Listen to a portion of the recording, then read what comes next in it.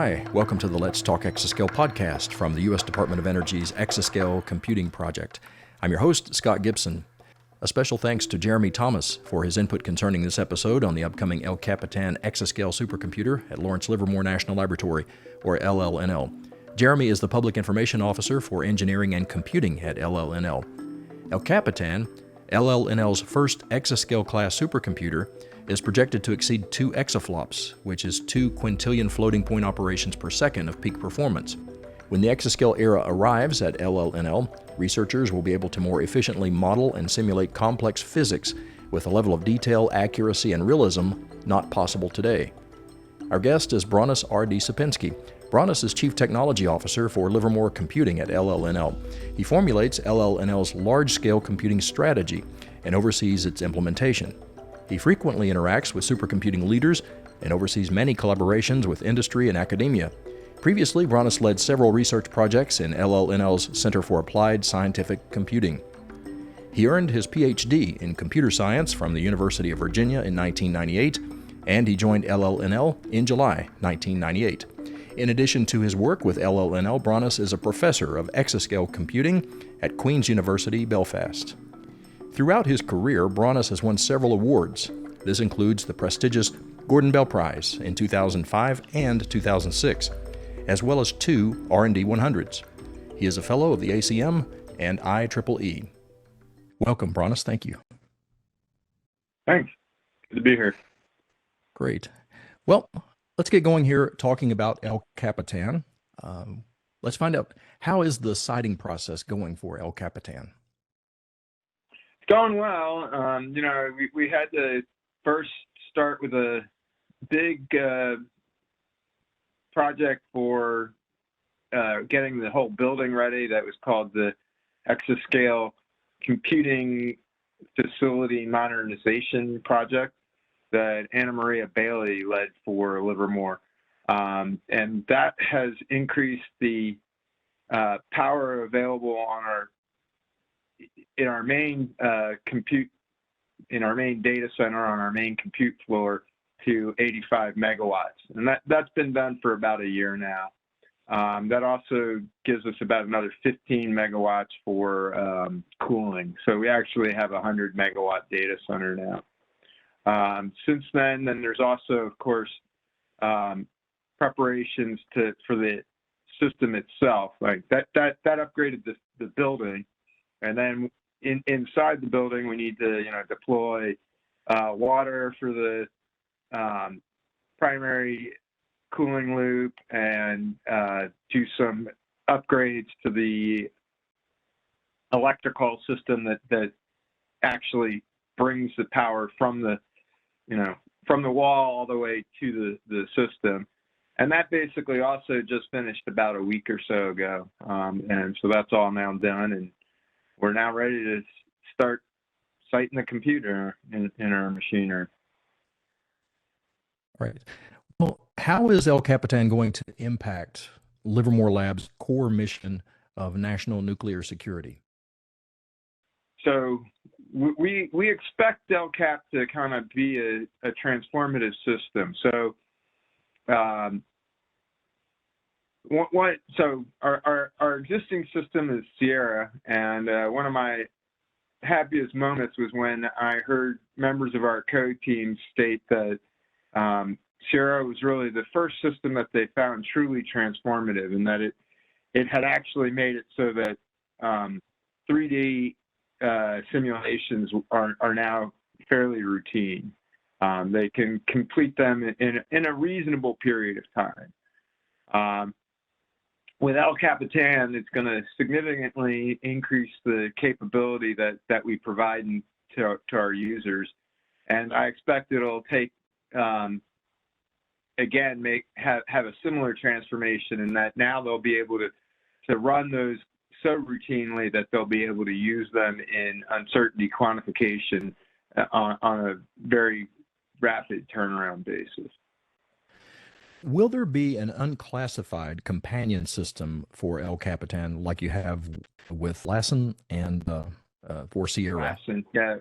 Lassen, it's a park in Northern California near Lake Shasta.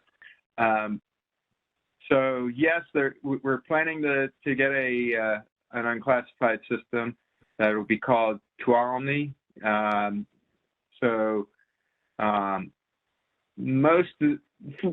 We pretty regularly take the names for our biggest systems from landmarks related to California and mountains. El Capitan, of course, is an iconic rock face in Yosemite. Tuolumne Meadows is a nice area up kind of near the highest point in Yosemite. It's near the Tioga Pass. And so, yeah, we'll have a system. It'll be roughly 10%, between 10 to 15% of the size of El Capitan. All right. With the recent success at LLNL of fusion ignition, will El Capitan be used for fusion research? Primarily, LCAP will be used for the advanced simulation and computing program for the stockpile stewardship mission.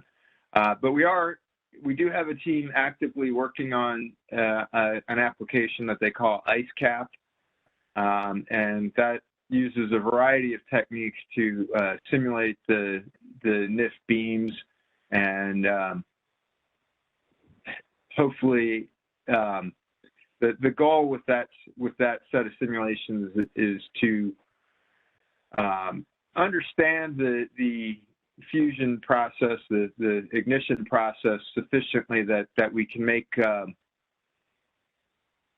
achieving energy gain a regular occurrence with NIF. So NIF, of course, is the National Ignition Facility, which is where the big fusion experiments have been taking place. What other scientific areas might benefit from the capabilities of El Capitan? El Capitan will be pretty heavily used, pretty much, not quite exclusively, but nearly exclusively for stockpile stewardship. Tuolumne will be contributing more to the wider range of scientific areas. Now, there's a wide range of scientific disciplines that get explored as part of stockpile stewardship. There's a lot of materials modeling, so a lot of just kind of basic ways that the universe fits together. We've typically had a wide range of molecular dynamics. Some QCD get run on the system, seismic modeling. What will probably happen is that, those sorts of applications, climate and that sort of thing, will run on Tuolumne. And, if there's a particular case to be made, we can occasionally provide for briefer runs on the big system. What is the role of AI going to be on El Capitan, and moving forward even beyond El Capitan? What do you see as the role of AI? So the IceCap application that I mentioned is actually uses AI. So we've very actively been exploring cognitive simulation, which is where we use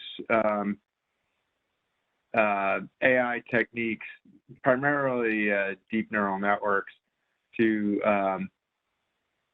short circuit the need to do detailed physics simulations of some aspects of these large multi-physics simulations. So IceCap is using a model called the Hermit model that models portions of the overall ignition process. I don't think I want to get into all the details of what it does, but we're actively looking at ways. So I mentioned uncertainty quantification. That's where we run a wide range of basically a parameter sweep of a specific type of simulation, and then try to understand the uncertainties involved in that simulation. And so we tend to use AI models to guide those simulations, guide the parameter choices in those simulations. Then we also, in IceCap, it's actually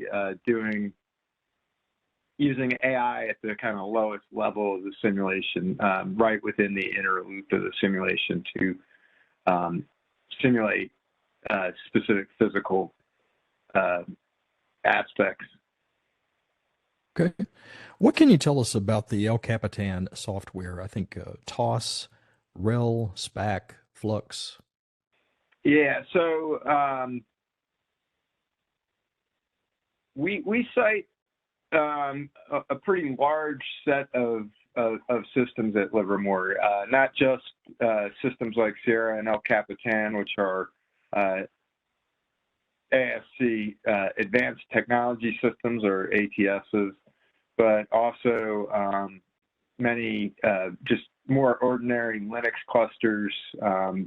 Most of those are bought through our commodity technology system procurement. And so that has for years been running TOS for system management, which is based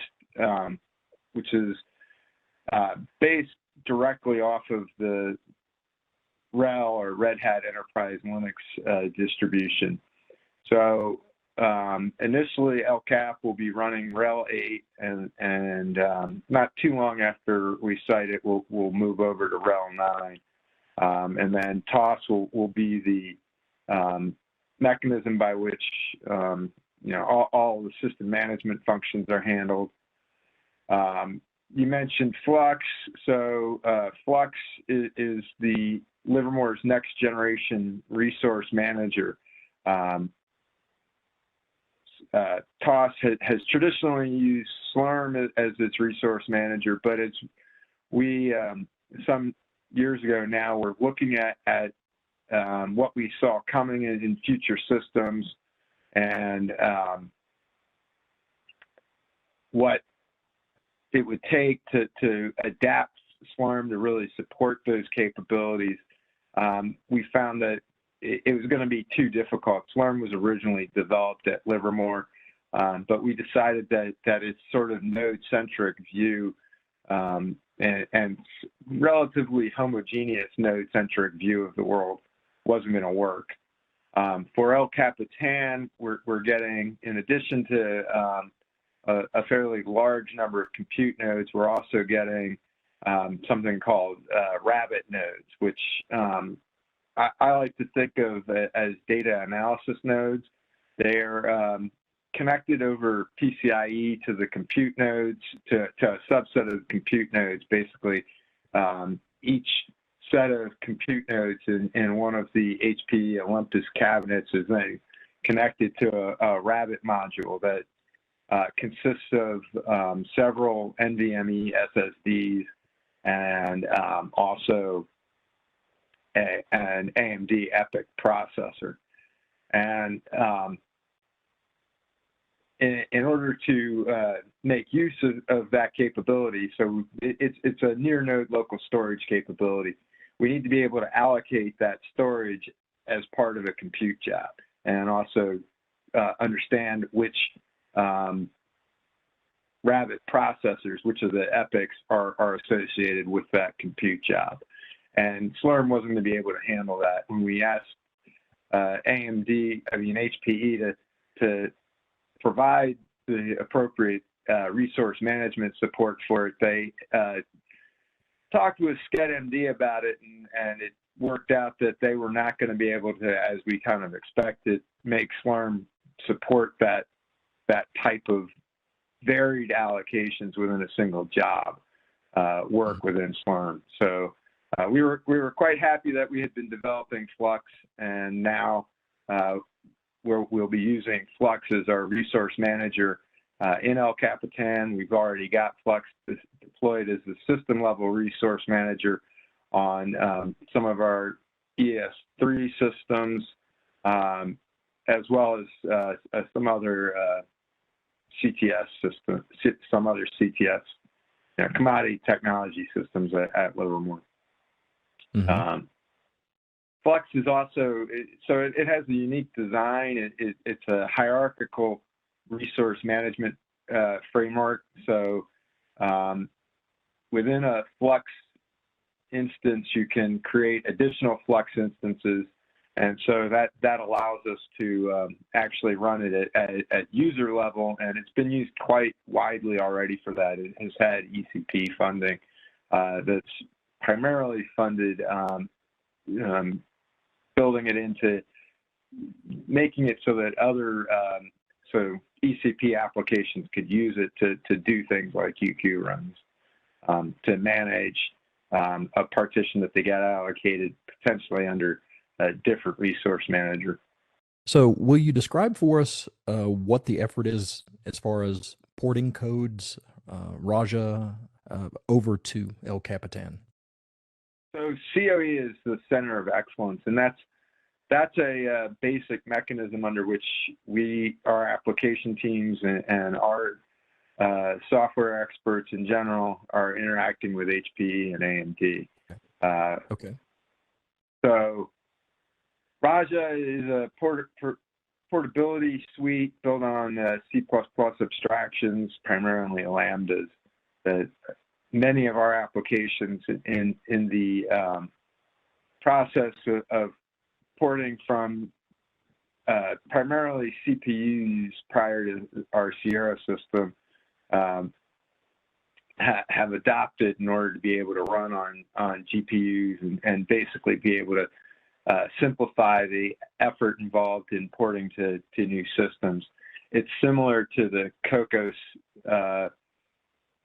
infrastructure that's produced at Sandia. The two, Raja and Cocos, are actually very similar. In general, our application teams have found preparations for AMD GPUs to be pretty straightforward. We largely credit the use of Raja for that. Our application teams basically spent 3 to 5 years getting ready to run on Sierra, and the effort that's been involved in terms of man months has been more like 3 to 5 months man months to be ready to run on AMD GPU. So our EAS3s are systems that are very similar to Frontier. They have MI250X GPUs, Trento CPUs. They're just about identical. They don't have the on-node SSDs. Instead, we're deploying rabbits into those systems so that we can get ready for using those in El Capitan. But our teams have really found the experience getting ready to use the AMD GPUs, and as a result, getting ready to use El Capitan greatly simplified. If you will, please describe for us the progress that's been made on the programming environment.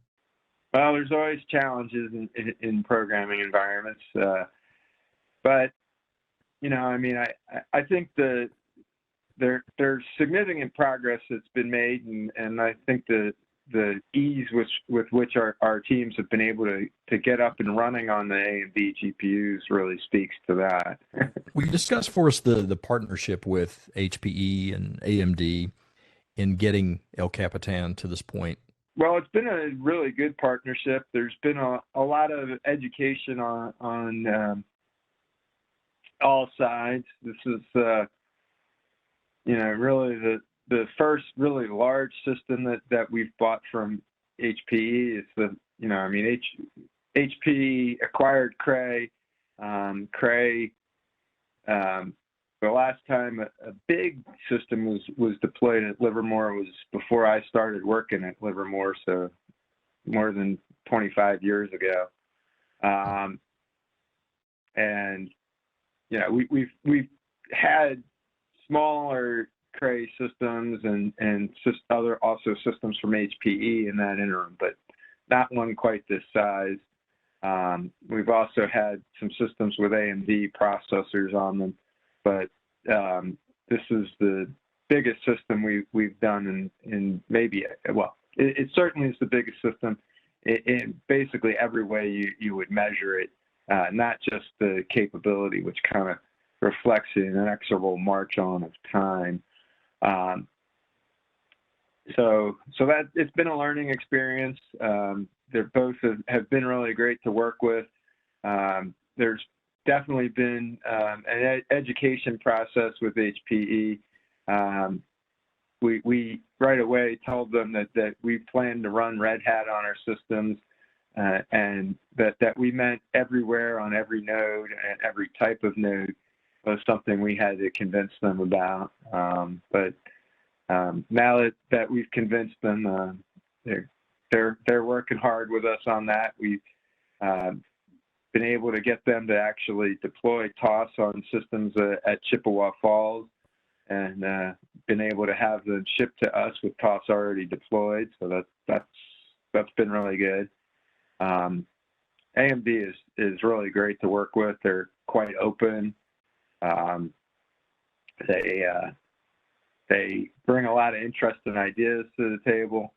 And when we tell them what we want to get done, they really help us figure out how to get it done. Now, here I'm asking for a summary because I know it's a big thing to ask.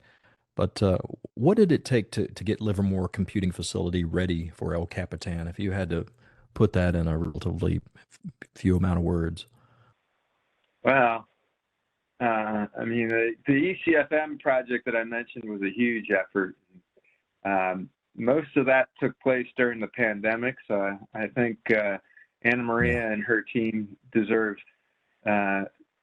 topmost kudos for managing to upgrade our power capability, power and cooling by basically doubling them roughly. While very few people were able to be on site, that's a huge effort. There's been several years that we've all been involved working closely with HPE and AMD, figuring out what we're going to need to do to be able to run on the system well, how it should look, what we want the system to look like.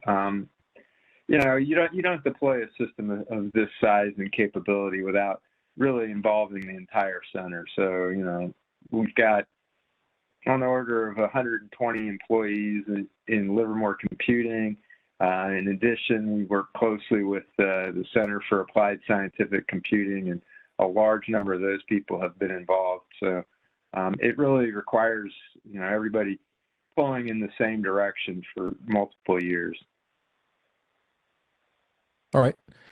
I want to step back in time to Path Forward. That program was critical to ECP's co-design process, which brought together technical expertise from diverse sources for collaboration in co-design.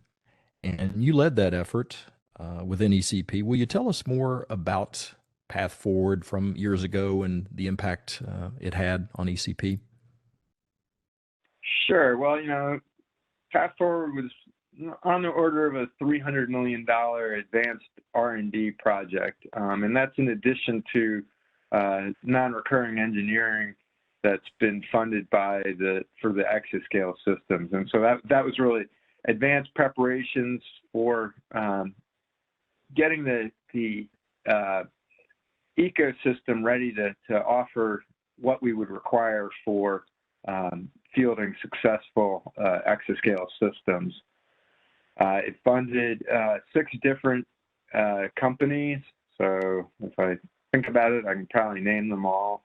Obviously, Cray, HPE, AMD, and Intel, IBM, and NVIDIA. So those are the 6 companies.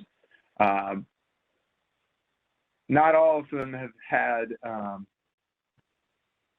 success in exascale system procurements, but all of them were part of, we saw technology from all of those projects offered in systems that we could have chosen for the exascale system. So the projects were quite successful at making major impacts on the computing ecosystem, the large-scale computing ecosystem in the U.S.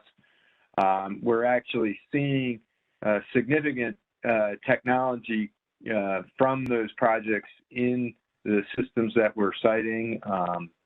There is, I believe, some technology that Intel is fielding